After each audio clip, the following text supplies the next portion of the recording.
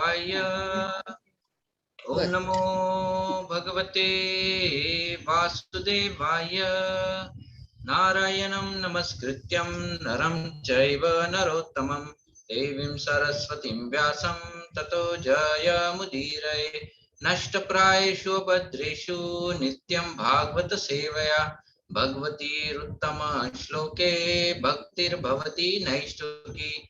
कृष्णाय वासुदेवाय देवकी नंदनाय च नंदगोपकुमाराय गोविन्दाय नमो नमः। ओम अज्ञानतिमिरान्धस्य ज्ञानाञ्जनाशलाकया चक्षुरुन्मिलितं येन तस्मै श्रीगुरुवे नमः। श्रीचैतन्यमनोभीष्टं स्थापितं येन भूतले स्वयं रूप कदा मह्यं ददाति स्वपदान्तिकं। वन्देऽहं श्रीगुरो श्रीयुतापदकमलं श्रीगुरुन् वैष्णवांश्च। श्रीरूपं साग्रजातं सहगना रघुनाथान्वितं तं सजीवं साद्वैतं सावधूतं परिजना सहितं कृष्ण चैतन्य देवं श्री राधा कृष्ण पदान् सहगना ललिता श्री विशाखान्वितं स नमां विष्णुपदाय कृष्ण पृष्ठाय भूतले श्रीमते गोपाल कृष्ण गोस्वामी निति नामिने। प्रभुपादस्य साहित्यं यः प्रकाश वितीर्य च प्रचारं कृतवान् साधु भागवत पदाय ते नमः। नमां विष्णुपदाय कृष्ण पृष्ठाय भूतले श्रीमते भक्तिवेदांत स्वामी निति नामिने। नमस्ते सारस्वते देवे गौरवाणी प्रचारिणे निर्विशेष शून्यवादी पाश्चात्य देशतारिणे। नमो महावदन्याय कृष्ण प्रेम प्रदायते कृष्णाय कृष्ण चैतन्य नामिने गौरत्विषे नमः।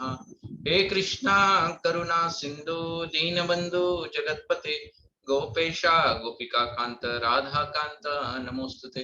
तप्त कांचन गौरांगी राधे वृंदावनेश्वरी वृषभानुसुते देवी प्रणमामि हरिप्रिये। वाञ्छाकल्पतरुभ्यश्च कृपा सिन्धुभ्येव च पतितानां पावनेभ्यो वैष्णवेभ्यो नमो नमः। जय श्री कृष्ण चैतन्य प्रभु नित्यानंद श्री अद्वैत गदाधर श्रीवासादि गौर भक्त वृंद। हरे कृष्णा कृष्ण कृष्ण हरे हरे हरे राम राम राम हरे हरे। मुखं करोति वाचालं पंगुं लंघयते गिरिं यत्कृपा तमहं वन्दे श्रीगुरुं दीनतारिणम्।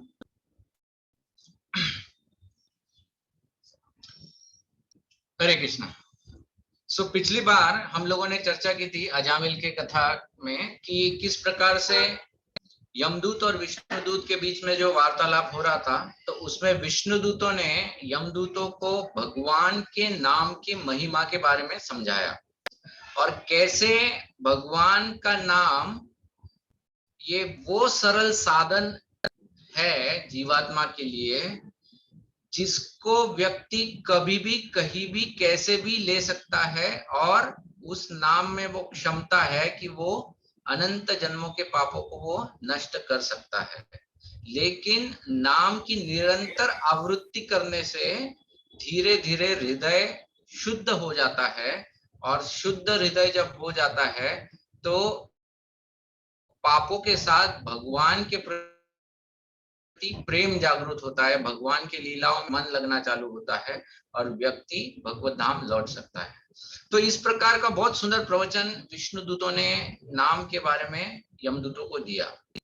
अब इसके पश्चात आगे जो कथा है उसमें क्या होता है कि ये जो यमदूत है, अब ये यमदूत तो सुन लेते हैं, विष्णुदूतों की बात सुन लेते हैं।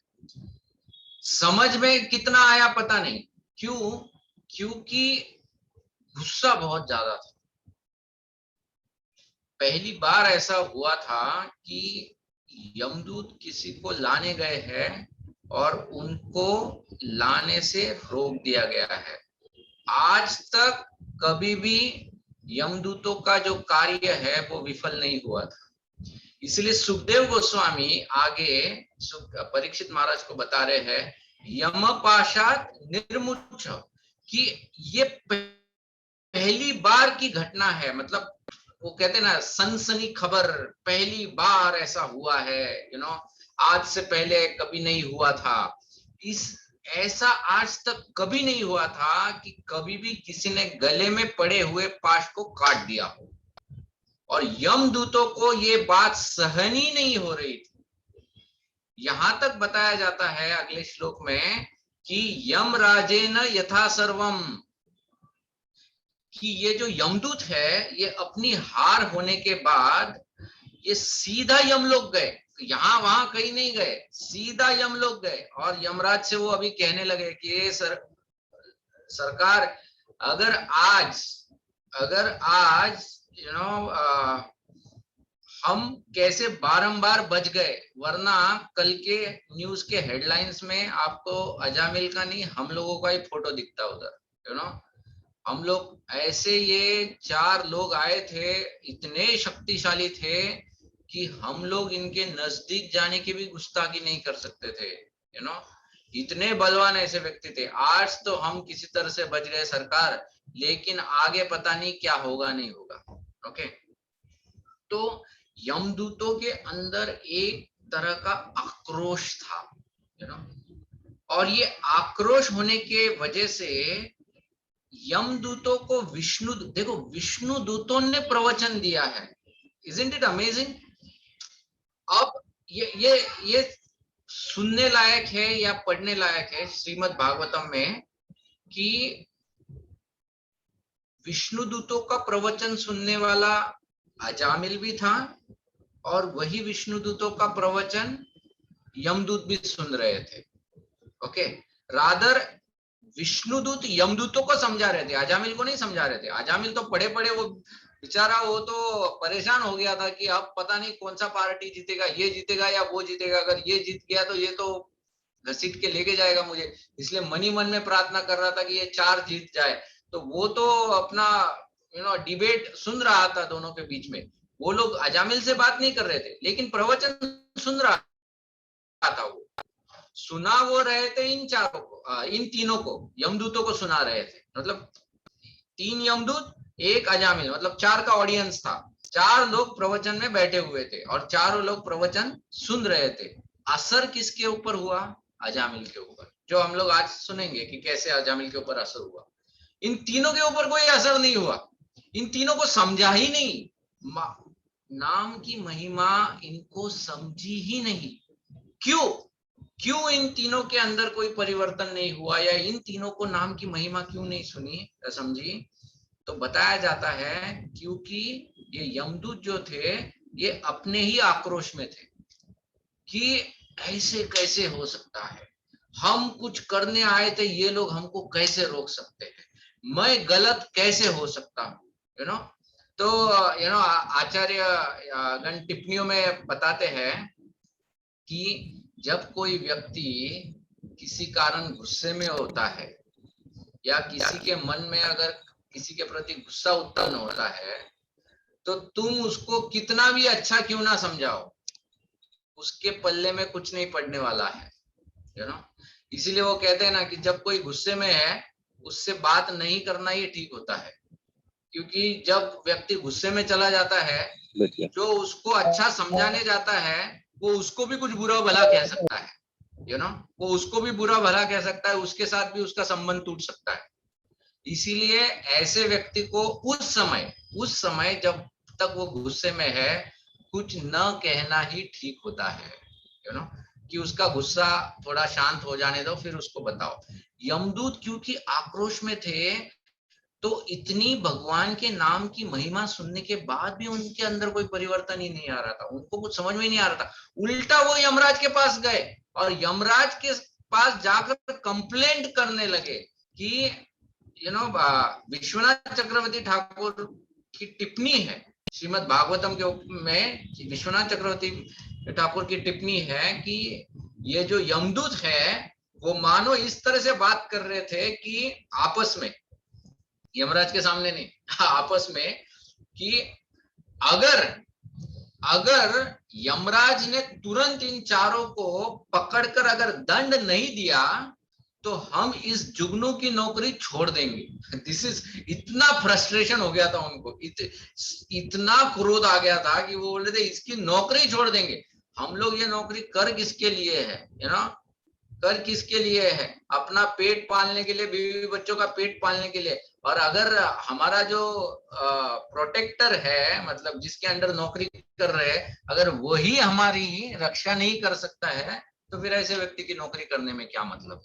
तो बेसिकली उनके अंदर एक प्रकार की क्रोध भावना थी, एक प्रकार का द्वेष उत्पन्न हो गया था। और इसी वजह से इतना हितकारी उपदेश, जिसके वजह से अजामिल जैसे पापी व्यक्ति का भी उद्धार हो गया, इन तीनों के ऊपर उसका कोई असर नहीं हुआ। तो इतना बताने के बाद अब जब यमदूत यमराज के पास जाते हैं, तो फिर यमराज से भी उनको एक प्रवचन सुनने को मिलता है। बट वो घटना अब सुखदेव गोस्वामी तुरंत नहीं बताते हैं। अब वो पूरा कैमरा का जो फोकस है, वो कैमरा अब अजामिल के पास लेके जाते हैं कि अच्छा, पूरा प्रवचन सुनने के बाद अजामिल का क्या हुआ? ओके, अजामिल का क्या हो गया? तो बताते हैं द्विज पाशाद विनिर्मुक्त, कि वो जो पाश था, वो पाश से अजामिल अब मुक्त हो चुका था। तो मुक्त होने के वजह से क्या हो गया? अब अजामिल एक प्रकार से निर्भय हो गया।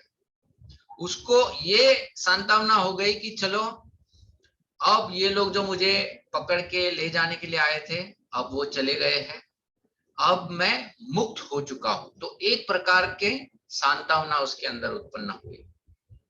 दूसरा, उसने क्या किया? उसने शिरसा विष्णु, वो तुरंत, ये जो विष्णु दूत थे, तो बेसिकली सीन ऐसा है कि यमराज, सॉरी, अजामिल लेटा हुआ है अभी भी मरणासन दशा में, विष्णुदूत ऊपर है अभी भी 4, लेकिन यमदूत चले गए हैं, क्योंकि वो हार गए हैं, इसलिए यमदूत चले गए हैं। अब अजामिल को जब ये सांत्वना हुई कि चलो ये तो चले गए हैं और ये अब इन्होंने मेरी रक्षा की है, तो तुरंत उसके मन में इन चारों को दंडवत, तुरंत वो चारों को दंडवत करता है। और दंडवत करने के बाद ये इन चारों को कुछ कहने का प्रयत्न करता है। He wants to say something, वो कुछ बोलना चाहता है इनको, थैंक यू, धन्यवाद, आपने मेरी रक्षा की है, ऐसा कुछ वो बोलना चाहता है। लेकिन जैसे ही इन 4 विष्णुदूतों ने ये भाव कर लिया कि अरे, ये हमको अभी थैंक यू बोलना चाहता है या हमारा गुणगान करना चाहता है, तुरंत वो वहां से लुप्त हो गए। मतलब अजामिल कुछ बोलने से पहले ही वो चारों वहां से निकल गए। श्रील प्रभुपाद जी तात्पर्य में बहुत सुंदर तरीके से समझाते हैं। वो बताते हैं कि जो भगवान के भक्त होते हैं, ये उनका नैसर्गिक स्वभाव होता है। नैसर्गिक स्वभाव क्या होता है? वो कहीं भी अपनी स्तुति नहीं सुनना चाहते हैं कि मैंने इसके लिए इतना किया है, मैंने ये किया है, मैंने इस अजामिल को ऐसे कठिन परिस्थिति से मैंने बचा लिया है, वगैरह वगैरह। ये विष्णु दूतों का कोई इंटरेस्ट नहीं था सुनने के लिए। वो तुरंत वहां से अंतर्धान हो जाते हैं। क्यों? क्योंकि वो जानते हैं कि हम लोग यहाँ पर भगवान के प्रतिनिधि बनकर आए हैं और भगवान की सेवा के लिए आए हैं। क्योंकि भगवान हमसे ये सेवा करवाना चाहते हैं, इसीलिए हम लोग यहाँ पर आए हैं। देखो, आज का जो सेशन है ना, आज के सेशन में कथा से ज्यादा सीखने लायक चीजें बहुत ज्यादा है। आई मीन, ये एक ऐसा सेक्शन है जिसमें, जैसे पिछला सेक्शन जो था वो भगवान के नाम की महिमा थी, मतलब इट वाज नेक्टर। लेकिन ये जो सेक्शन है, जो श्लोक नंबर 20, छठे अध्याय का छठे स्कंद का दूसरे अध्याय का 20 श्लोक नंबर से लेकर ये अध्याय के लास्ट तक, ओके, इसमें बहुत सी चीजें सीखने लायक है। पहली चीज तो ये देखी हम लोगों ने कि जब व्यक्ति आक्रोश में होता है, तब आप कितना भी कुछ भी सुनो, कितना भी ज्ञान दो, वो कभी पल्ले नहीं पड़ेगा, सो सेम थिंग। अब जब हम लोग भी गुस्से में होते हैं, तो कोई भी आके, हमको भी नहीं अच्छा लगता है ना, हम लोग गुस्से में है और तुम जाके प्रवचन दो किसी को कि अरे ऐसा नहीं है, ये है वो है, तो वो गुस्से वाला व्यक्ति, उसको तो कुछ समझ में नहीं आता है, या हमको समझ में नहीं आता है कि गुस्से में क्या ये बोल रहा है। उल्टा हम लोग अपने मन में ही we are trying to prove कि हम लोग कैसे सही है, हम लोग कैसे सही है, ये हम लोग बताने की चेष्टा करते हैं। जैसे एक बार मैं एक प्रवचन सुन रहा था हिज होलीनेस राधानाथ स्वामी महाराज का। वो प्रवचन वैष्णव एटिकेट पर ही था, बेसिकली वैष्णव का संबंध विद ईच अदर कैसा होना चाहिए, डीलिंग्स कैसे होने चाहिए, उसके ऊपर था। तो उसमें किसी ने एक प्रश्न किया था महाराज को कि महाराज कभी कभी ऐसा होता है कि हम कुछ गलत नहीं करते हैं, हम कुछ गलत नहीं करते हैं, लेकिन कोई दूसरा व्यक्ति हमारे बारे में गलत चीजें फैलाते जाता है, ओके, या कोई गलत फहमी ये करता है और उसी को पकड़ के बैठ जाते हैं।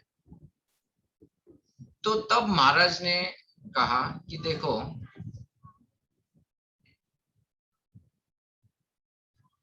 अगर तुम उस व्यक्ति को या पूरी दुनिया को ये सिद्ध कर दो कि तुम सही हो और वो गलत है, तो महाराज ने कहा कि ये एक व्यर्थ प्रयत्न है। क्यों? क्योंकि महाराज ने कहा कि इस भौतिक दुनिया के लोगों को कोई जरूरत नहीं है हमको उनको समझाने की कि हम लोग कैसे सही है या हम लोग क्या है, ओके।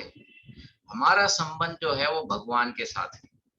अगर हम पूरी दुनिया को भी मान लो किसी तरह से कन्विंस कर पाए कि कैसे मैं सही हूं और गलत नहीं हूं, तो भी महाराज ने कहा कि उसमें भी तुम्हारी हार है, क्योंकि इतना करने में भी तुम्हारा जो आध्यात्मिक प्रगति है वो शून्य है।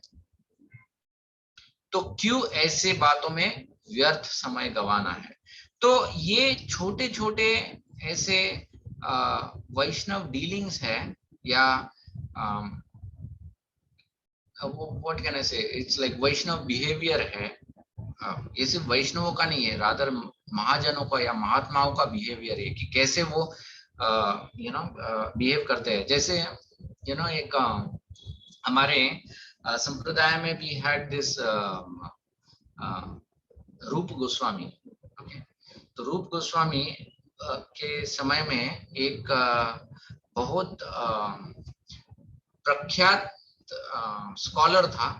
वो स्कॉलर का क्या काम था, वो हर किसी के पास, मतलब हर संस्कृत एक्सपर्ट या ऐसे जो ग्रेट पर्सनालिटीज हैं उनके पास जाता था और उनके साथ वो एक प्रकार से डिबेट करता था और डिबेट में उनको हराता था। एंड अगर कोई उससे डिबेट करने में मना करता था तो उनसे लिखवा के लेता था कि हाँ मैं हार मान चुका हूँ। तो एक बार वो गया रूप गोस्वामी जी के पास और रूप गोस्वामी के साथ उन्होंने कहा कि तुम मेरे साथ डिबेट करो। रूप गोस्वामी ने कहा मेरे को कोई इंटरेस्ट नहीं है डिबेट करने में। तो फिर उसने कहा कि ठीक है, फिर इसके ऊपर लिख दो कि तुम मुझसे हार गए। तो तुरंत रूप गोस्वामी जी ने लिख दिया। जब रूप गोस्वामी ने ऐसे किया तो रूप गोस्वामी के जो शिष्य थे Jiva Goswami, Jiva Goswami is one of the most erudite scholars of our sampradaya. जो षड संदर्भ जिनकी बात हम लोग करते हैं ये जीव गोस्वामी जी ने लिखे हैं, ओके। तो जीव गोस्वामी को ये बात पसंद नहीं आई और फिर जीव गोस्वामी जी ने उनको डिबेट में चैलेंज करके परास्त कर दिया। और जब ये बात रूप गोस्वामी को पता चली तो रूप गोस्वामी ने जीव गोस्वामी को बहुत डांट फटकारा। सिर्फ डांट फटकारा नहीं, उनको तुरंत आश्रम से उनको बोला कि तुम अभी यहाँ पे नहीं रुक सकते हो, तुमको यहाँ से जाना पड़ेगा। कहने का तात्पर्य ये है कि जो भक्त होता है वो भक्त ऐसे व्यर्थ कार्यों में, अननेसेसरी डिबेट्स हो या अननेसेसरी डिस्कशन जिसमें कन्विंस करो कि मैं सही हूँ या तुम सही हो या मैं गलत हूँ, उसमें अपना टाइम व्यर्थ नहीं करता है। उससे अच्छा वो क्या करता है, वो अपने आप को भगवान की सेवा में लगाता है। ये जो चार विष्णुदूत है, इन्होंने भी ये समझ लिया था कि हम लोग यहाँ पर जो कुछ भी करने आए हैं वो सिर्फ भगवान की सेवा है। इसीलिए कोई स्तुति करे या अवहेलना करे, भगवान के जो पार्षद थे वो दोनों ही परिस्थिति से मुक्त थे, उनको उससे कोई फर्क नहीं पड़ रहा था। ये हमारे लिए भी एक शिक्षा है, या परीक्षा भी मान लो, ये हम या फिर हम लोग ये कह सकते हैं कि ये हमारे लिए भी एक प्रकार का नापतोल है कि हम लोग कितनी बार अपनी स्तुति सुनना चाहते हैं जब हम किसी की मदद करते हैं, तो कितनी अपेक्षा करते हैं कि ये मेरा नाम ले, या कितनी बार हम लोग अपेक्षा करते हैं कि हम किसी को कन्विंस करें कि मैं सही हूं। तो उससे हम लोगों को पता चल जाता है कि हम लोग अभी किस स्तर पर है। तो ये सब जो चीजें हैं, ये भागवतम, जैसे आज मैं मंदिर में गया था इस्कॉन में, तो भागवतम जब मैं सुन रहा था सवेरे, तो वो प्रभु जी बता रहे थे कि ये जो भागवतम है, ये भागवतम एक टेबल के ऊपर हमारा पूरा क्या कहते हैं,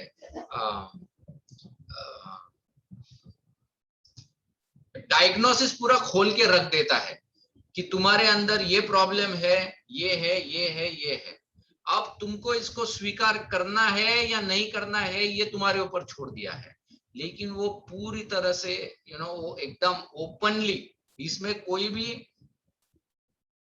छिपी चीजें नहीं है, डायरेक्ट भागवतम ऐसा डायरेक्टली कट कर देता है, सीधा एकदम ब्लंट, मतलब ऐसा ब्लंट है, एकदम स्ट्रांग है भागवतम। इसलिए ऐसी चीजें जब हम लोग पढ़ते हैं तो very very strong things actually Bhagavatam में। लेकिन ये चीजें हम लोगों को अपने जीवन में एक प्रकार से इसको एक गाइडलाइन बनाना चाहिए। देखो, एक चीज है गाइडलाइन बनाना, दूसरी चीज है उसके ऊपर अमल करना। शायद हम लोग आज इस परिस्थिति में ना हो कि हम लोग इसके ऊपर अमल करें, लेकिन कम से कम इसको समझने की तो कोशिश करनी चाहिए, और एटलीस्ट इतना तो एक्सेप्ट तो करना चाहिए कि हाँ, मैं अभी तक ये स्तर पे नहीं हूँ, लेकिन ये स्तर सही है। तो जब हम लोग इतना भी एक्सेप्ट करेंगे तो भी हमारे अंदर परिवर्तन आएगा। लेकिन अगर हम लोग ये एक्सेप्ट ही नहीं करेंगे, then it's of no use. तो ये जो विष्णुदूत थे, तो वो विष्णु तुरंत वहां से गायब हो गए। अब विष्णुदूत जाने के बाद अब अजामिल, अब अजामिल जो था, अब अजामिल के मन में परिवर्तन की भावना है। प्रवचन सुना था ना, कितना देर प्रवचन सुना था, 5 मिनट संस्कृत में था। कितनी देर श्लोक, एक ही अध्याय हुआ जिसमें कुछ श्लोक इन्होंने बोले यमदूतों ने, कुछ लोग विष्णुदूतों ने बोले। 5 मिनट में दोनों संवाद खत्म हो गया होगा। 5 मिनट का लेक्चर अजामिल ने सुना, और 5 मिनट में ये अजामिल के अंदर परिवर्तन आ गया। इसीलिए वो बोलते हैं ना, लव मात्र साधु संग। अगर एक शुद्ध साधु का अगर थोड़ी देर के लिए भी अगर हम लोग संग प्राप्त करते हैं तो हमारा उद्धार हो सकता है। इसीलिए हम लोग जब भी किसी धाम में जाते हैं या कहीं भी आध्यात्मिक कार्य के लिए जाते हैं, तो हमारा मेन पर्पस ये होना चाहिए कि हम कुछ श्रवण करें। अजामिल ने श्रवण किया था, सिर्फ श्रवण किया, श्रवण करने से उसका उद्धार हो गया। तो हम भी जब कहीं भी जाते हैं, एक वैष्णव गेट टुगेदर होता है, उसमें श्रवणम होना चाहिए। अगर श्रवणम नहीं है, बाकी ही हम लोग घूमते हैं, सिर्फ प्रसाद खाते हैं, या हम लोग मोस्टली यात्रा में डिवोटीज आर मोर इंटरेस्टेड कि मुझे ये देखना है, वो देखना है, इधर जाना है, उधर जाना है, लेकिन प्रवचन नहीं सुनना है, नहीं, फिर उससे ज्यादा लाभ नहीं होता है। प्रवचन सुनना सबसे अधिक महत्वपूर्ण चीज है। रादर आध्यात्मिक जगहों में जब हम लोग जाते हैं, या यात्राओं में जब हम लोग जाते हैं, या वैष्णव के संग में जब भी आते हैं, तो सबसे महत्वपूर्ण चीज है प्रवचन होना चाहिए या श्रवण होना चाहिए। तो अजामिल को जब श्रवण हुआ तो अजामिल के अंदर परिवर्तन आ गया। अब ये परिवर्तन के 6 स्टेप्स हैं। ओके, तो आप लोग इसको लिख सकते हैं या नोट डाउन कर सकते हैं। सबसे पहले उसके अंदर क्या आया? पश्चाताप। ओके, रिपेंडेंस, पश्चाताप। ओके, दूसरा क्या आया, सराहना करना, अप्रिसिएशन। जस्ट नोट डाउन, फिर बाद में एक एक पे डिस्कस करेंगे। सबसे पहले आया पश्चाताप, फिर दूसरा आया अप्रिसिएशन या सराहना करना, तीसरा आया कि अक्षमता या फिर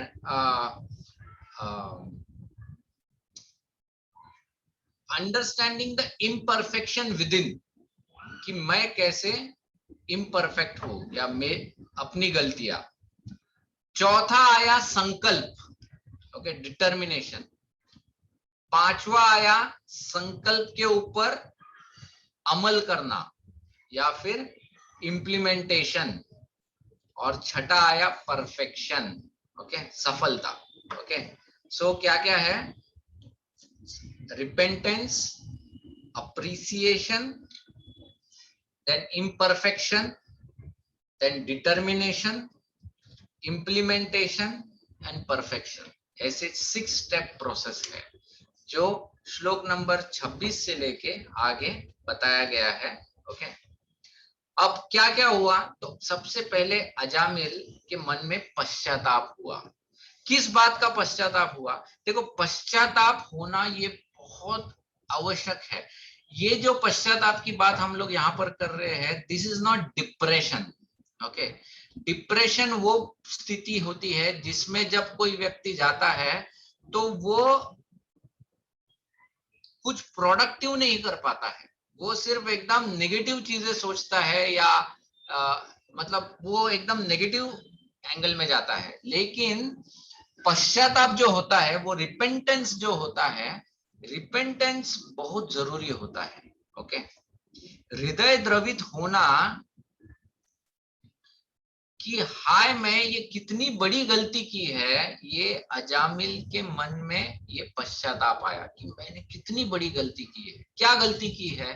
तो सबसे पहले वो कहता बोलता है, ये सब श्लोकों में दिया है, ओके, कि मैंने ब्राह्मणत्व का त्याग करके एक शूद्रानी के साथ संग किया, कि मैं एक ब्राह्मण परिवार में जन्मा हुआ था, मैंने ब्राह्मण के सब संस्कारों को अपनाया था, लेकिन इसके बावजूद मैंने संग गलत लोगों का किया, और ऐसा गलत संग करने के वजह से मैं क्या हो गया, पतित हो गया।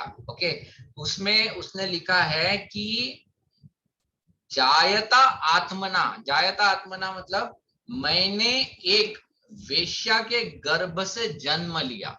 इसका अर्थ क्या है? तो आचार्य बताते हैं कि जब कोई व्यक्ति स्त्री के गर्भ से पुत्र को उत्पन्न करता है, तो वो पुत्र मतलब वो खुद का जन्म होता है, क्योंकि वो खुद का अंश होता है। तो शास्त्र में बताते हैं कि जायता, जायता मतलब पत्नी, आत्मना की पत्नी के गर्भ से वो स्वयं जन्म लेता है। और इसीलिए हमारे शास्त्र में ये जो वो कहते हैं ना कि जो मैच होता है स्त्री पुरुष में, वो बराबर समानता वाला होना चाहिए, क्योंकि उसमें अगर ऊंच नीच हो जाती है तो फिर, क्योंकि वो व्यक्ति अपने ही पत्नी के गर्भ से जन्म लेने वाला है, मतलब is going to reproduce from her, तो वो गलत चीज जन्म ले सकता है। इसीलिए इतना उसके ऊपर महत्व दिया जाता था। अब ये कहता है कि अरे मैंने तो एक वेश्या के गर्भ से पुत्र को उत्पन्न किया है, मतलब मैंने ऐसे अपवित्र गर्भ से जन्म लिया है। आगे वो कहता है कि दूसरा वो कहता है कि मैंने अपने स्वजनों का त्याग कर दिया। मेरे जो पत्नी थी पहले, मेरे जो छोटे बच्चे थे उसके द्वारा, या फिर मेरे जो माता पिता थे, इन सबका मैंने त्याग कर दिया। बेसिकली जो जिसको हम लोग कहते हैं कि गुणाश्रय धर्म, 2 प्रकार के धर्मों का उल्लेख हुआ है इस भागवत में, मतलब इस कथा में। एक है भागवत धर्म और दूसरा है गुणाश्रय धर्म। गुणाश्रय धर्म वो होता है जो 3 गुणों के अंदर जो कार्य किसी भी व्यक्ति को करना है। जैसे हम लोग गृहस्थ है, तो गृहस्थ जीवन में हमको कुछ ड्यूटीज होते हैं जिसको गुणाश्रय धर्म कहा जाता है, कि 3 गुणों के अंदर रहकर हम लोग इनका कार्य करते हैं, ये गुणाश्रय धर्म। यमदूतों का जो भी प्रवचन था वो गुणाश्रय धर्म के ऊपर आधारित था। लेकिन विष्णुदूतों का जो प्रवचन था वो भागवत धर्म के ऊपर आधारित था, तो भागवत धर्म। लेकिन अजामिल यहाँ पर कह रहा है कि मैं तो गृहस्थ था और गृहस्थ होने की वजह से अब वो भागवत धर्म की बात नहीं कर रहा है, वो सिर्फ कह रहा है कि मेरा एक गुणाश्रय धर्म था जिसको मैंने त्याग कर दिया, मतलब मैं उसको निभा नहीं पाया। और वो कहता है इसके अलावा मैंने ऐसे बहुत से पाप किए हैं, मतलब वो अभी सब वो पाप सोच सोच के उसके मन में एक प्रकार की ग्लानि उत्पन्न हो रही है कि मैंने किसी का कत्ल किया है, मैंने किसी को चोरी की है, मैंने किसी को किडनैप किया है, मैंने क्या किया है, किसी को मारा है, जो भी किया है।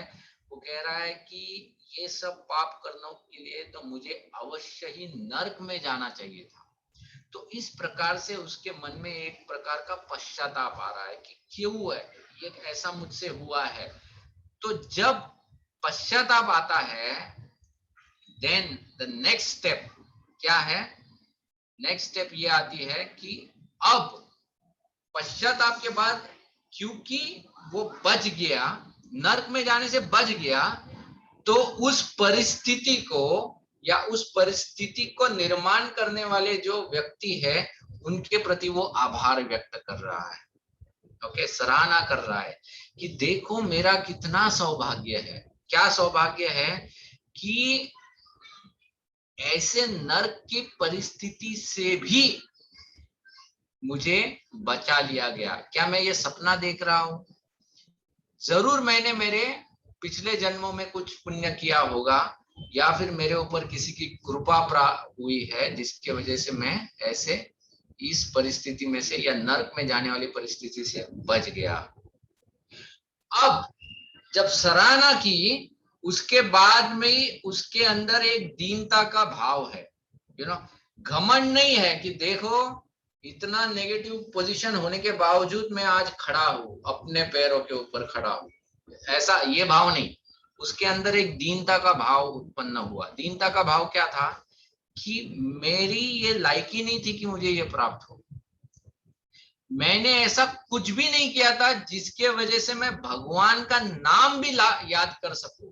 तो भगवान की कृपा तो दूर की बात है, लेकिन पता नहीं कि ऐसा क्या भगवान ने मेरे ऊपर कृपा दिखाई है कि मेरी इतनी अयोग्यता होने के बावजूद भी भगवान ने मेरी इतनी सहायता की है। दिस इज अपने आप की दीन पोजीशन दिखाते हुए भगवान की स्तुति करना। ओके, अब इसके बाद उसने क्या किया? संकल्प लिया। ओके, संकल्प लिया कि अब मुझे ये अवसर प्राप्त हुआ है और इससे मुझे जाने नहीं देना है। This is very very important. Okay, हम भक्तों के जीवन में भी ऊपर नीचे या ऊंचाई चढ़ाव या ऊंच नीच होता रहता है, right? In our life also ups and downs keep coming. जब हमारे जीवन में डाउन्स आते हैं तो नेचुरली हम लोग बहुत लो फील करते हैं, और वो लो फीलिंग में बहुत बार हम लोग क्योंकि अभी हम लोग भक्ति में से जुड़े हुए हैं, हम लोग भगवान का आश्रय लेते हैं। नेचुरली आता है। उस वक्त हमारी थोड़ी भक्ति ज्यादा इंटेंस हो जाती है, ज्यादा गहरी हो जाती है। ओके, तो ये हमारे लिए, हमको अपने जीवन में ये जो डाउन्स होते हैं इसको अपॉर्चुनिटी करके देखना चाहिए, और इस अपॉर्चुनिटी का हमको लाभ लेना चाहिए कि इसके द्वारा हम अपनी भक्ति को और स्ट्रॉन्ग कर सके और संकल्प ले सके। एक बार मैं एक इंटरव्यू देख रहा था। वो इंटरव्यू ये बिल गेट्स का इंटरव्यू हो रहा था, जो अमेरिका के विख्यात उद्योगपति है उनके साथ। तो जो पत्रकार थी उसने बिल गेट्स को पूछा कि आपके जीवन में सक्सेस का राज क्या है? आपके जीवन में आपने इतनी सफलता प्राप्त की है, उसका राज क्या है? तो बिल गेट्स ने तुरंत एक चेक साइन किया और उन्होंने उसके ऊपर कुछ एक 10 मिलियन डॉलर्स, कुछ 1 करोड़ रुपए का संख्या भर दी, और उन्होंने कहा कि मैं आपको ये चेक देना चाहता हूँ। तो वो जो पत्रकार थी वो हंसने लगी, और नहीं नहीं मेरा मतलब ये नहीं था, लेकिन मैं सिर्फ जानना चाहती हूँ कि आपके जीवन में सफलता का राज क्या है। तो फिर से बिल गेट्स ने उसको बोला कि नहीं, लेकिन फिर भी मैं तुमको ये चेक देना चाहता हूँ। तो वो कही नहीं नहीं नहीं प्लीज मजाक मत कीजिए। तो बिल गेट्स ने कहा कि यही फर्क है कि आपको सफलता प्राप्त करने के 2 मौके मैंने आपको दिए थे, लेकिन आपने एक भी स्वीकार नहीं किया। मैंने अपने जीवन में एक भी मौका गवाया नहीं है। Whenever there was an opportunity, मैंने उसको पकड़ लिया है, और यही मेरे सफलता का राज है। हमारे जीवन में भी ये, खास करके भक्ति में, जब हमारा भौतिक जीवन या माया जब हमको बहुत जोर जोर से लात मारती है, जिसको हम लोग दुख कहते हैं, ये हमारे लिए आध्यात्मिक अपॉर्चुनिटी है। इसको हमको पकड़ लेना चाहिए। अजामिल के जीवन में जब ऐसा अवसर आया, तुरंत उसने संकल्प लिया। क्या संकल्प लिया?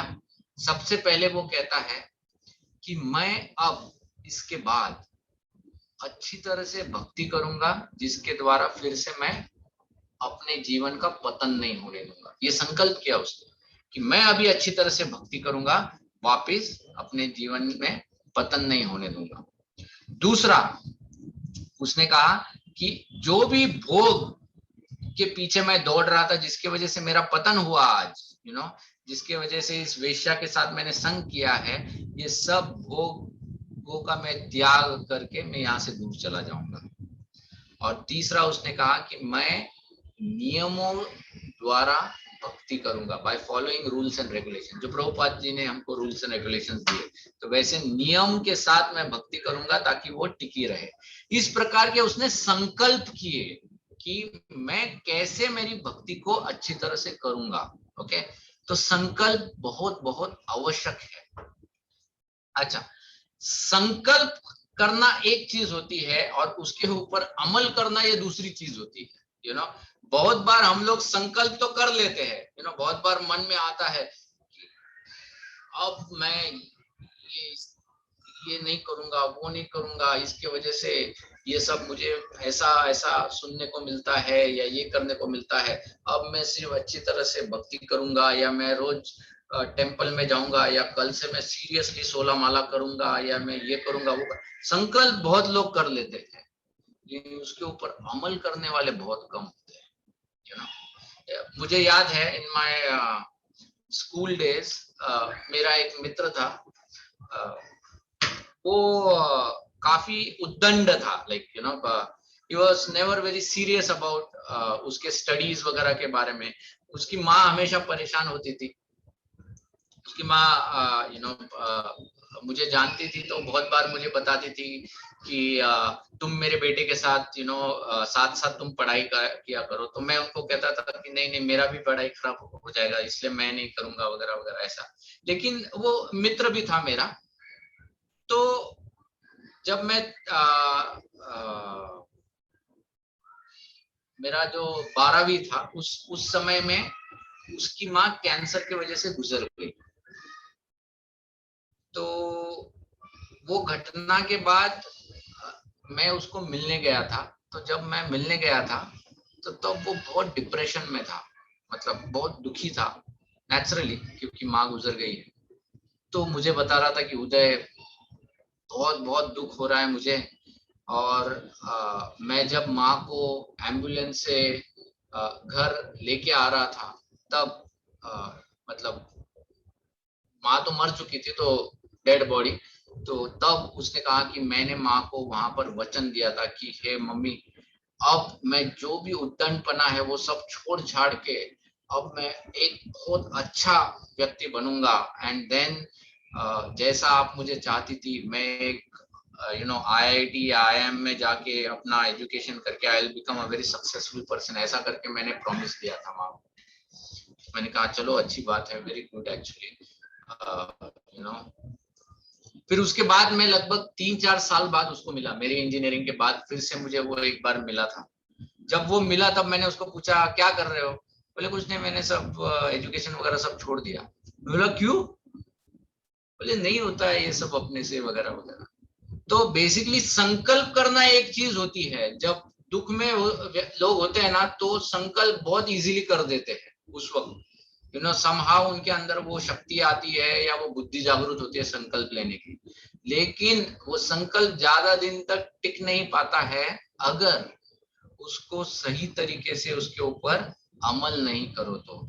इसलिए संकल्प के ऊपर तुरंत अमल करना बहुत आवश्यक है। कुछ कुछ लोग बोलते हैं अब मैं इसके बाद ये सब नहीं करूंगा। कुछ कुछ आई नो इन हमारे डिवोटी सर्कल में भी कुछ भक्त लोग हैं जिनको हम लोग कभी कभी बोलते हैं कि अभी आप थोड़ा सीरियसली लो, 16 माला करो, कंठी पहनो।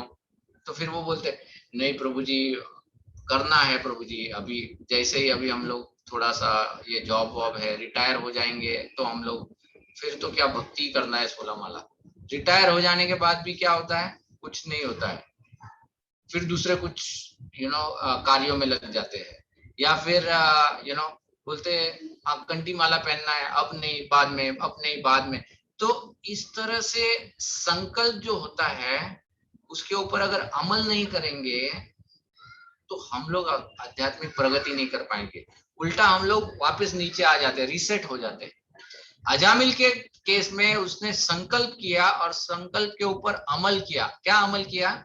सबसे पहले उसने एक जो धाम है धाम का आश्रय लिया। मतलब क्या है, वो हरिद्वार चला गया, एक आध्यात्मिक जगह पे गया जहां पर भक्ति करना सरल है। जैसे एक उदाहरण दिया जाता है कि अगर किसी व्यक्ति को रोग हो गया है, घर में रहकर उसको अगर कोई रोग हो गया है तो अगर वो ये सोचेगा कि मैं घर में बैठ के ही इस रोग का निवारण करूंगा तो ये तो गलत बात हो जाएगी, क्योंकि घर में वो वातावरण, अरे घर में रहकर तुमको वो रोग हो गया मतलब वो जो वातावरण है वो तुम्हारे लिए अनुकूल नहीं है ठीक होने के लिए। तो फिर क्या करोगे? फिर जाके हॉस्पिटल में भर्ती हो जाओ। हॉस्पिटल में भर्ती हो जाओगे तो वहां पर प्रॉपर हाइजीन होगा, वहां पर प्रॉपर ट्रीटमेंट होगा, वहां पर प्रॉपर औषधि मिलेगी, जो भी है वो सब रोग का निवारण तुम्हारा वहां पर होगा। धाम जो है, धाम हमारे लिए आध्यात्मिक हॉस्पिटल है, या इस्कॉन का जो मंदिर है या फिर भक्तों का जो संघ है, ये हमारे लिए हॉस्पिटल है, आध्यात्मिक हॉस्पिटल है, जहां पर हमारे भौतिक जीवन का निवारण हो जाएगा अगर हम लोग सही तरीके से अपने आप को वहां पर भर्ती करते हैं तो। ओके, इसीलिए ऐसी जगह पे आश्रय लेना। ओके, दूसरा उसने क्या किया, उसने नवविधा भक्ति जो है उसको अपने जीवन में उतारा, मतलब भक्ति को फॉलो करना चालू किया। ऐसी जगह पर जाकर उसने भक्ति कार्य को करना चालू कर दिया, मतलब ही स्टार्टेड इम्प्लीमेंटिंग। और जब उसने इम्प्लीमेंट करना चालू कर दिया तो अल्टीमेटली उसको क्या प्राप्त हो गया? परफेक्शन। जो 4 विष्णुदूत उसको म्रियमान अवस्था में जब यमदूत आए थे तब उसको छुड़ाने के लिए जब आए थे, वही 4 यमदूत अब जब अजामिल ने अच्छी तरह से भक्ति किया फिर से मृत्यु के समय, अब ये 4 विष्णुदूत वहां पर आए। अब यमदूत नहीं आए, 4 विष्णुदूत वहां पर आए और गरुड़ के साथ आए, और उस गरुड़ के ऊपर अजामिल को उन्होंने अच्छी तरह से बिठा के अच्छी तरह से उसकी सेवा करते करते भगवत धाम उसको लेके गए, और अजामिल जो है उसको भगवत धाम में मुक्ति प्राप्त हो गई। तो ये है अजामिल की कथा। इस कथा का और एक भाग शेष है जो यमदूत और यमराज के बीच में जो वार्तालाप है वो बाकी है, वो हम लोग अगली बार करेंगे। लेकिन आज का जो प्रसंग है ये प्रसंग भी बहुत सुंदर है या विचार करने लायक है, जिसमें बहुत सी चीजें सीखने लायक है। एक तो विष्णुदूतों का बर्ताव, जिसमें हम लोग देखते हैं कि अमानी ना मान देना, कि दूसरों को मान दो लेकिन अपने मान की अपेक्षा मत रखो।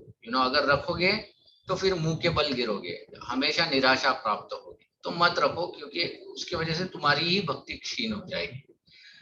विष्णु यमदूतों से ये सीख सकते हैं कि अगर आक्रोश में रहोगे तो ऐसे व्यक्ति को कभी उपदेश मत देना। ऐसे व्यक्ति को उपदेश दोगे तो वो क्या करेगा, वो तुमको ही कुछ बुरा भला कह देगा, एंड तुम्हारी भी चेतना खराब करेगा। अपना तो वो पतन करेगा ही, वो तो उससे वो बड़ा अपराध भी हो जाएगा, वैष्णव अपराध, बट वो उसको समझ में आएगा नहीं आएगा वो दूसरी बात है। लेकिन हमारी भी चेतना खराब होती है, मतलब जो उनको उपदेश देता है उनकी भी चेतना खराब हो जाती है। इसलिए हमको यमदूतों से की घटना से ये सीखना चाहिए कि जो भी व्यक्ति आक्रोश में है, जब तक उसका आक्रोश शांत नहीं होता है उसको उपदेश मत दो। Let the fire settle down. Ajamil से सीखने जैसी क्या चीजें हैं कि किस तरह से अपने जीवन का उसने उद्धार किया, क्या क्या उसने किया। कि पहले तो उसके मन में ग्लानि उत्पन्न हुई, पश्चाताप उत्पन्न हुआ कि क्या मैंने पाप किया है, क्या मौका मैंने छोड़ दिया है।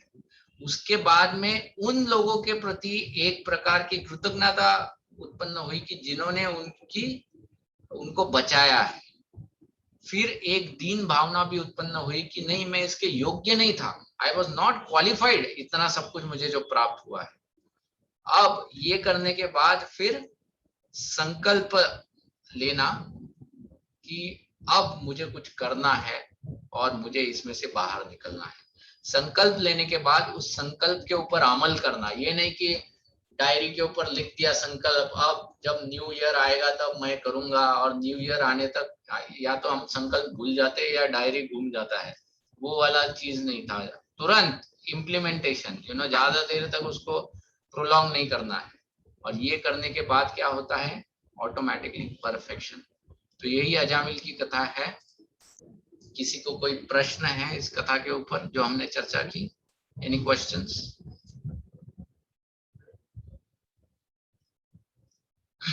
आप ये प्रसंग पढ़ सकते हो, स्कंद 6 उसका दूसरा अध्याय, very beautiful chapter, so many things इसमें सीखने लायक है, one of the best chapters.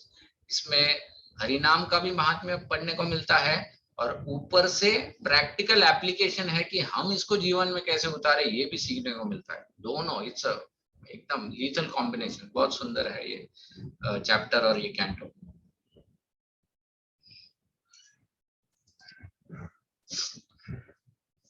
Any questions आज जो हमने चर्चा की उसके ऊपर?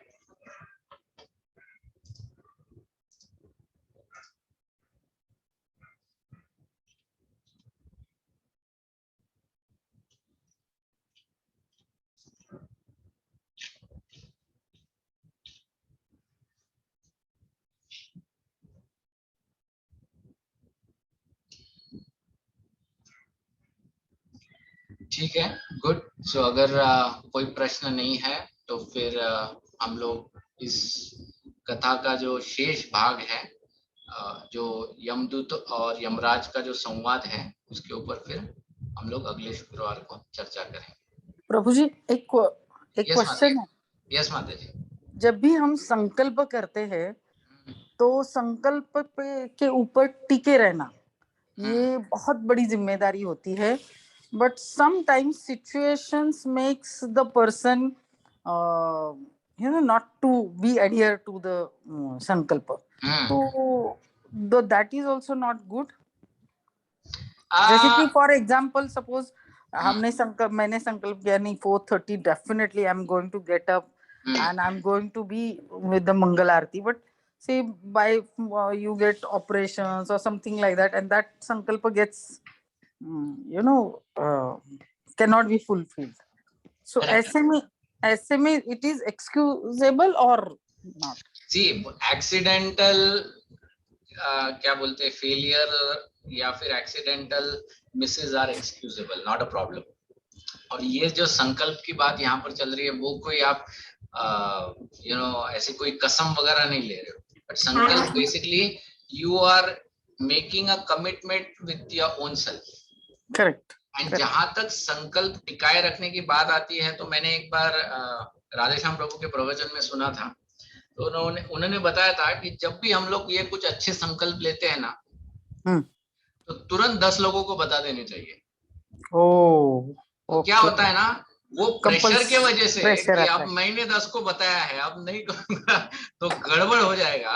इसके वजह से भी अगर मन में कभी ये भावना भी आती है कि करूं नहीं करूं, तो भी नहीं यार बता दिया है, अब तो करना ही पड़ेगा, तो वो एक अलग प्रेशर डेवलप हो जाता है। So that is one another way कि हम लोग संकल्प पे टिके रह सकते हैं। You have to tell so many people. मुझे याद है मैंने ये अपने 10 साल पहले हम जब लार्सन एंड टुब्रो में था तो प्रोजेक्ट मैनेजर्स का एक एग्जाम होता है, पीएमपी करके एक एग्जाम होता है। तो वो पीएमपी एग्जाम मतलब अभी इतना एग्जाम्स दिया है लाइफ में, इंजीनियरिंग क्लियर किया है, ये क्लियर किया कि एक पीएमपी एग्जाम इतना टेंशन आया था, बीपी बढ़ गया था, ये हो गया था, वो हो गया था। जब एग्जाम जब क्लियर किया उसके नेक्स्ट डे जब मैं अपने बॉस से मिला, मैंने उसको बोला कि हो गया बाबा, एग्जाम क्लियर होगा, ये हो गया। उसने कहा कि हाउ वाज द फीलिंग, मतलब कैसा था। मैं उसको बोला कि मैं मेरे लाइफ में इतना कभी नहीं डरा। बोला क्यों? I told him more than the fear of failure, the fear of expectation was killing me। मैं उनको बोला क्योंकि अपने फ्लोर पे सब लोगों को पता चल गया था, क्योंकि I was the first person to give that exam हमारे पूरे उसमें। तो सबको पता चल गया था, सब लोग ताक लगा के बैठे थे कि इसका क्या होगा एग्जाम में। तो वो एक एक्सपेक्टेशन वाला जो चीज था उसकी बोझा बहुत बढ़ गया था मेरे ऊपर, रादर देन द एग्जाम का बोझा। तो उस थोड़ा सीरियसनेस और बढ़ गया था एग्जाम देने में। तो समटाइम्स इट हेल्प्स अस कि हम लोग ज्यादा सतर्क हो जाए हमारे ही संकल्प के प्रति, यू नो। तो इसीलिए छुप के संकल्प मत लो, मतलब इफ यू टेक सच संकल्प देन ओपनली बता दो तो ये किया है मैंने, ये दिया है।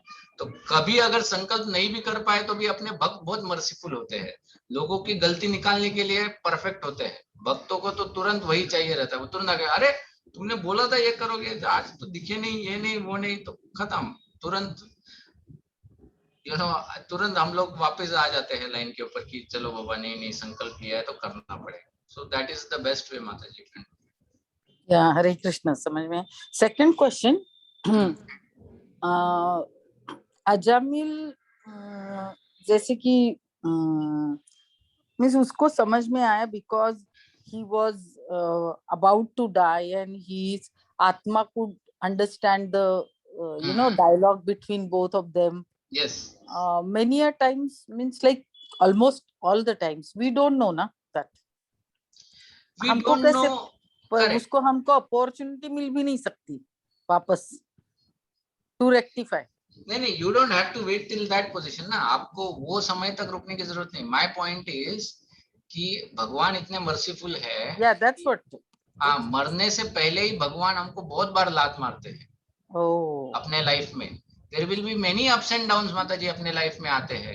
कोई कुछ बुरा बोल देता है, घर में कुछ ये हो जाता है, वो हो जाता है, someone you know in close relation आपको कुछ तमाचा मार देगा, ये कर देगा, वो कर देगा। देयर आर मेनी इंस्टेंसेस जिसमें भगवान हमको ये अपॉर्चुनिटी देते हैं। Okay, that is the opportunity. We don't have to wait till म्रियमान परिस्थिति अजामिल जैसा, यू नो। पता नहीं हमारे वो विष्णुदूत आएंगे या नहीं आएंगे, but we should take this as a opportunity कि अजामिल को वो मिला, हम लोग इसको अपॉर्चुनिटी लेके चलेंगे आगे। Yeah, very clear. Thank you. One yes, more question. Sorry. Yes, Mataji. If nobody is there, I can ask third question. Yes, is that आपने बोला कि क्रोध में अगर कोई है तो उसको समझाना नहीं चाहिए. But the incidence has happened at that time. And if suppose you don't explain at that time, it dilutes the severity of the problem. No, you can pacify the person, उसको philosophy मत सुनाओ, that is the point. Okay. Pacify करो, but उसको philosophy मत सुनाओ। जैसे एक बार राधेश्याम प्रभु, अगर आप उनका ये कुंती महारानी के प्रेयर्स वाला अगर लेक्चर सुनोगे तो उसमें एक किस्सा बताते हैं राधेश्याम प्रभु कि एक व्यक्ति आया था, बहुत ऐसा you know ISKCON guest house में आया था, और रिसेप्शन के ऊपर आकर बहुत चिल्ला रहा था, ये नहीं है, वो नहीं है, ये नहीं है, वो नहीं है। राधेश्याम प्रभु वहां पर आए और उन्होंने उसको कुछ ये नहीं दिया reasons. He did not try to explain him the reasons कि आप जो बोल रहे हो वो क्यों नहीं है। राधेश्याम प्रभु ने तुरंत उनको बोल के सॉरी बोल दिया, उनको अच्छा आइसक्रीम खिलाया उन्होंने, और कुछ अच्छे स्तुति किया उनको। तो बेसिकली उनको शांत किया उन्होंने, और शांत करने के बाद फिर दूसरे दिन वो व्यक्ति जब प्रभु जी का प्रवचन सुनने आया था, वो प्रवचन में राधेश्याम प्रभु ने बताया कि इंस्ट्रक्शन में, तो उसमें उसको समझ में आया, क्योंकि अब शांत हो गया तो दिमाग भी चलना चालू हो गया, उसके दिमाग में बात घुसने लगी, अरे कल मैंने जो किया वो बहुत गलत किया, you know. you're right, you're right, So very good. so don't preach but pacify. Correct, don't leave it. Yeah, leave it I नहीं thought करना. that yeah, leave it करो तो और भी severity बढ़ती है. that करेक्ट पैसिफाई करने की चीज करो. लेकिन कभी कभी ऐसा होता है ना, कोई व्यक्ति सुनने के भी परिस्थिति में नहीं होता है. Like even if you try to pacify, then ऐसे वक्त में then you might have to leave the person alone for a while. ऐसा भी होता है. Because now in the medical situation right now, medical scenario में we have a very bad phase in the medical practice is called violence against doctors. जैसे suppose patient आता है ICU में, emergency आता है और patient bad ही होता है, जैसे very high क्या बोलते हैं, या pulse rate है या BP बहुत low है, एंड वो एक्सप्लेन करने के लिए डॉक्टर जब जाते हैं तो उनको उनका means like temperament is totally different, they start beating the doctor itself. So अभी इसमें उसको वो क्रोध में या किसी एक्सीडेंट की वजह से हो या कुछ भी, very difficult to pacify. So what will be your advice in that situation? How one has to what should be done, like, because this is a very big question for everybody. People are making the social groups and helping groups and kind of that, because people start deteriorating, they demolishing the hospital, the material, abusing, और वो hospital का बहुत नुकसान करते हैं, जैसे computer फोड़ना या chairs तोड़ना. It is a very bad situation. How only police can handle, or what we can do at that time? The problem, I don't know how it is dealt with is, but I mean, अगर I personally feel कि देखो वो सामने वाला जो party है who is been affected, right? वो they are not in a emotional stability. Correct. तो ऐसे व्यक्ति को you will have to take care of him in a very loving and polite way, not in a procedural way. Okay. Typically hospitals में if you go, क्योंकि इतना भीड़ आता रहता है, इतना लोग आता रहता है, there is no attempt to make any personal connect. Rather you don't have to make a personal connect, but वो बोलते हैं ना कि there is no attempt to make any loving exchange. वहां पर it is always a procedural, तुम ये करो, तुम वो करो, ये नहीं करोगे तो ये नहीं होगा, वो नहीं करो, it's always all procedural.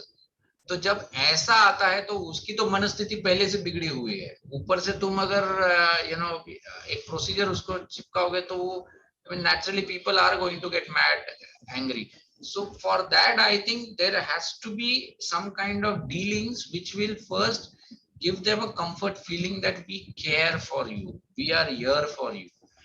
The moment they get that feeling, then automatically they will be pacified. That is what I personally feel, Okay. Like for example, I went through some health challenges almost 6-7 years back, and basically I went to 1 or 2 hospitals, but no trust on what they are telling and yes. Finally I went to another hospital. वहां पर जो person who was coordinating, she was known to us, not like family, but we just knew her properly, and she was so nice to talk with, and उसने ज्यादा stress नहीं दिया कि जब doctors को मैंने सिचुएशन दिखाया रहा तो कोई डॉक्टर मेरे को बोला कि तुमको एंजियोप्लास्टी करना चाहिए, तुमको ये करना चाहिए, everyone is caring, but when I talk with her she said अरे इतना बीपी है, मेरे हस्बैंड का तो इससे डबल होता है, फिर भी कोई प्रॉब्लम नहीं, उसको कोई चिंता नहीं, अभी भी जिंदा है. The moment she made that statement, मेरे अंदर एक फीलिंग आया कि अरे that means I can still survive, even though my BP is above this range, but there are people higher BP than this and they are surviving, that means I can survive. मेरा आधा tension उधर ही उतर गया। You get that? So these small things ना, they matter a lot for the person at that moment. आज अगर कोई मुझे ऐसी चीज बोलेगा तो मैं बोलूंगा कुछ भी बोल रहा है, because अभी तो मेरा now I am thinking rationally, but that time ये rational thinking नहीं रहता है। That time you want some comfort feeling from somewhere because you have lost hope. ऐसा रहता है। I mean, okay, my personal experience that I have gone through. I got it. Yeah, thank you. Hare Krishna Prabhuji. Hare Krishna.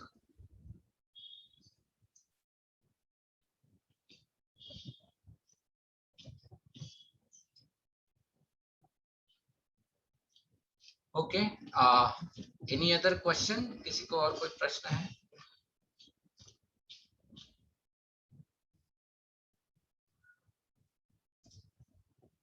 ठीक है, तो आज के प्रवचन को हम लोग यहीं पर विराम देंगे। Hare Krishna. Thank you so much. धन्यवाद। हरे बोल। हरे कृष्णा।